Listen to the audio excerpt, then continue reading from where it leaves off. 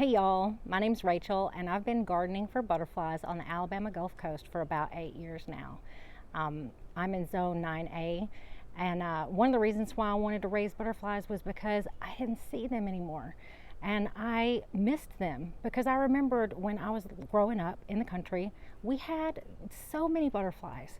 And I grew up and just did my own thing and didn't even really notice that the lack of butterflies in my life until I went to the Birmingham Zoo and they had a butterfly enclosure. And then I realized, wow, I never see butterflies. So I started researching it and discovered how easy it is. And I just want to show y'all how to do it because it's fun. It's fun, it's easy. That's why I want to raise them, and that's why I want to show you, because it's not scary.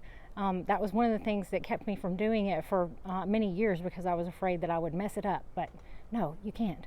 So let me show you how to do it. I want to start by showing you these two resources. This is an amazing book. You can get it from your library probably, or you can order it on Amazon, or if you've got a library card and your library has Hoopla, you can check it out on Hoopla. I've got it on Hoopla on my iPad. It is called How to Raise Monarch Butterflies by Carol Pasternak. It's got the answer to almost every question that you would have. There's only one thing in this book that is different for us on the Gulf Coast. I'm going to show you. In this book, she shows containers that have like single leaves in them. And these leaves from milkweed, these milkweed leaves are a lot sturdier than the milkweed leaves that we have that are available to us, or as far as I have found, on the Gulf Coast.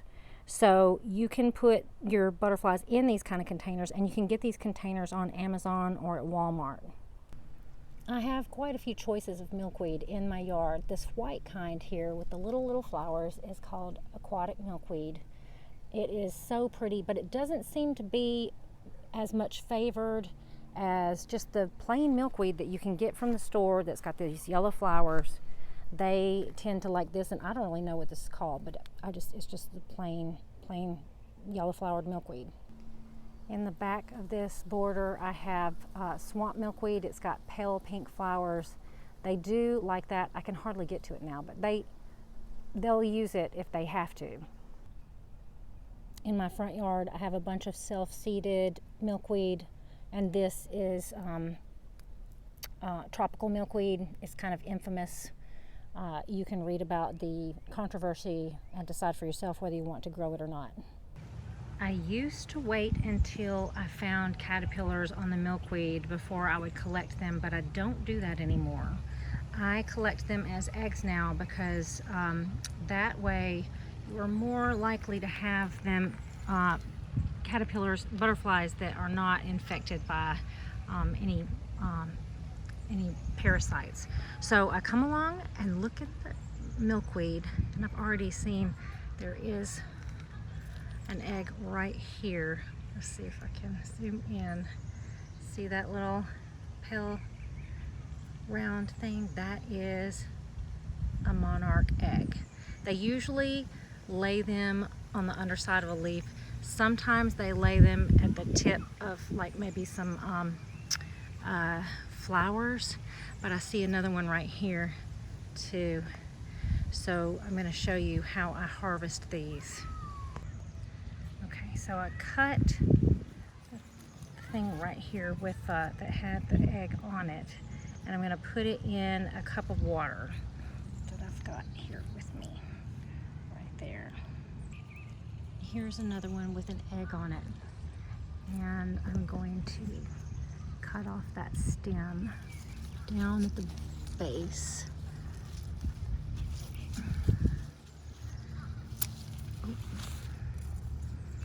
Alright, and so I'm just going to get these two right here. Now that I've got this milkweed in the water, I want to allow it to be able to soak up more of the water, and usually it gets kind of gummy when you first cut it, so I will cut the end of the stem again while it's under the water. I won't take it out of the water.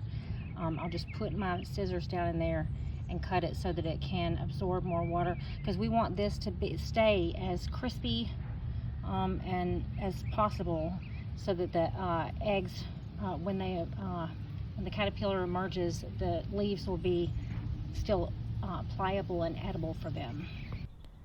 Some of the monarch butterfly eggs have hatched, and I've got several, well, I've got 2 containers of these, so you can see the tiny monarch butterfly caterpillar there and there, and I think I might have about 10 of these, but I can just find 2 in this container right here.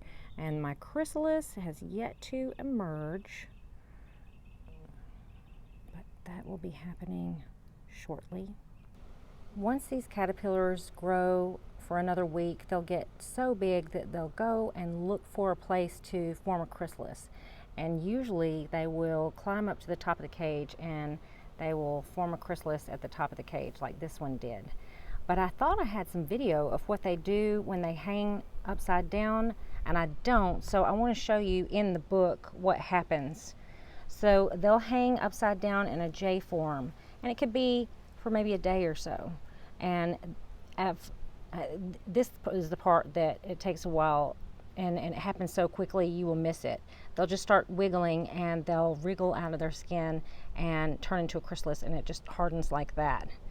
So one other thing, when they turn into a chrysalis and when they hang upside down, some juice may come out of them. There could be like an orangish little puddle at the bottom of the container. Don't worry about that.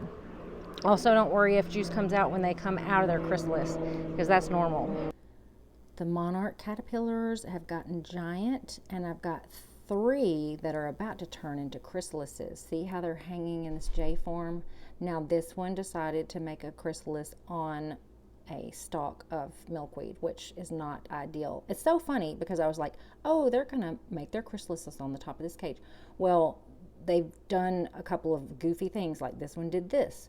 And then this one, it's going to make a chrysalis, and it is at the top of the cage, but it's right on the edge where the actual cover needs to go. And then this guy over here has just worn me out. What is he thinking? Why? He's on the side of the thing. And here's the problem with that. When he starts to come out as a butterfly, and he's hanging there and he's trying to pump fluid into his wings, well, he could get it like caught on the side of the cage. So I might have to hang that, well, like this, I'll show you. Hang it from something so that when he does come out, he won't touch the side of the cage. But as you can see, I've got a few that are in different stages of size and growth. And I've got to get them some more milkweed because they have stripped it. And this guy right here is making a little silk button right there, and he's going to hang upside down from that. And of course it's right there on the edge of the container, which is kind of aggravating, but of course this guy did it too. So, you know, I said that they were going to do it at the top of the container, and none of them have. Of course they would love to prove me wrong. Isn't it just so incredibly gorgeous and magical? Such a miracle. Early this morning, I didn't have much hope for this chrysalis right here. This is a monarch butterfly chrysalis, and now I do, because look, you can see the wings and you can see the colors starting to show. It looked a little bit like it had been it had a parasite in it, but now it's looking really good because there was like this weird black striping in it, but now it looks pretty good. I had to brighten it up so you can see the pattern of the wings through it, and it'll start to get clearer and clearer, and maybe in a day or 2 it will emerge. Yesterday I showed y'all this chrysalis and it looked like it was about to emerge, and today I just came home from a bike ride and it's around 10:30 and it had emerged at some point while I was gone. So now we're going to release it. And when you want to release a butterfly, you put your finger in front of its feet. Sometimes most of the time that works. And let's see if I can get it to step up onto my finger. I might need to, oh yeah, here, there we go. Okay, do you see that? You see how it's stepping up onto my finger? Now sometimes if a butterfly has come out of its chrysalis and has been in there drying for quite a while, it will just immediately fly away and fly straight up in the air and go land in a tall tree. But it looks like this one has not dried completely because it's not wanting to fly away yet. This is just the amazing, incredible reward for raising butterflies. One of them is getting to actually hold it. Getting this close to a butterfly is just such a gift, so incredible. But the other reason why raising butterflies is so incredible is that it just ensures that we have more butterflies. I've read that they name a group of butterflies a kaleidoscope, but I want an embarrassment of butterflies. I want so many butterflies that I have to like shoo them out of my face when I come out here. That is what I want. And I really want everyone to get to enjoy butterflies because they're just amazing, gorgeous creatures. One of the ways to ensure that we will have more butterflies is to raise them, because you can plant larval host plants in your yard, which would be milkweed for monarchs, and you can have monarchs come and lay eggs on them. But you can't guarantee that you're going to have butterflies unless you raise them yourself. And I'm going to show you, well, I'm going to make a video with this, and I'm going to show you how easy it is, how easy and fun it is to raise butterflies. This is a boy butterfly because I just saw it open up its wings, and on its hind wings it has two black dots, and those are his gonads. So I hope he can find a girl out there and she'll come back here and lay eggs on my milkweed. One of the reasons why I wanted to raise butterflies, well, and specifically monarch butterflies, was because I had heard that their numbers had dwindled, and I didn't want them to go extinct. But another reason why I love butterflies is because I grew up out in the country, and we used to have clouds of butterflies. Now, I never saw a monarch out in the country, but we had clouds of swallowtail butterflies, because I remember the roads were lined with Queen Anne's lace, and that is a larval host plant for swallowtails. So we had just tons of them, and I just took them for granted. And then I grew up and did other things and didn't notice until I went to the zoo one day, and they had a butterfly enclosure, and I went in there, and the butterflies were so magical. And it dawned on me, wow, I had gone for years without seeing a butterfly since I had been an adult. So it really did kind of light a fire in me to raise butterflies, and I thought it was going to be hard to do, and it was scary, and so for years I kind of put it off and didn't do it. But then one day I bought some milkweed, and it happened to have caterpillars on it, which was amazing, monarch caterpillars. And I came home and I raised them, and even though it did scare me, I read some books about it, and I was able to do it, and I thought, my gosh, if I can do this, like anyone can do this. Anyone can raise butterflies. And it's so fun and magical and fulfilling and easy, and that's why I want to share butterflies with everyone. I really wish right now while I was standing here that a butterfly would come along, but of course, they're not going to be as obliging as that. I have butterflies that come through here and act like they are in the biggest hurry of their lives, like they don't have time, and they are just gallivanting around the countryside. They are not lollygagging. I would like for them to be lollygaggers and just hang around here and just be a cloud of butterflies that I could enjoy all the time, but that is not what happens.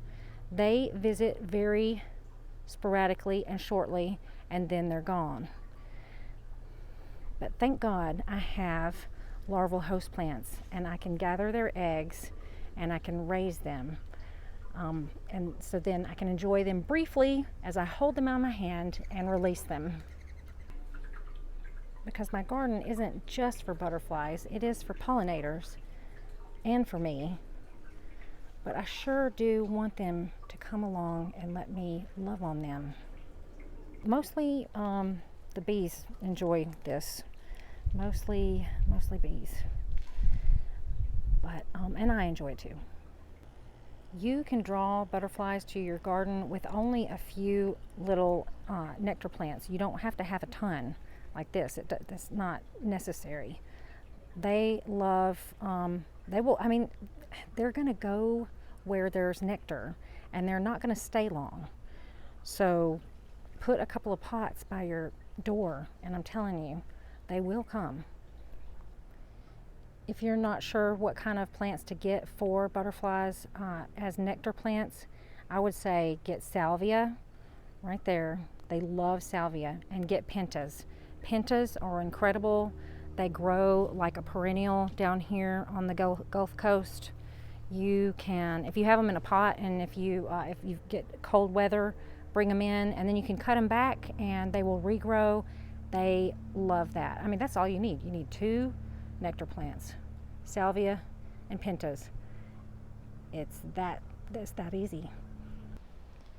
The caterpillars that I have that I collected as eggs and then they hatched have gotten a little bit bigger. They've probably got about a week more to go.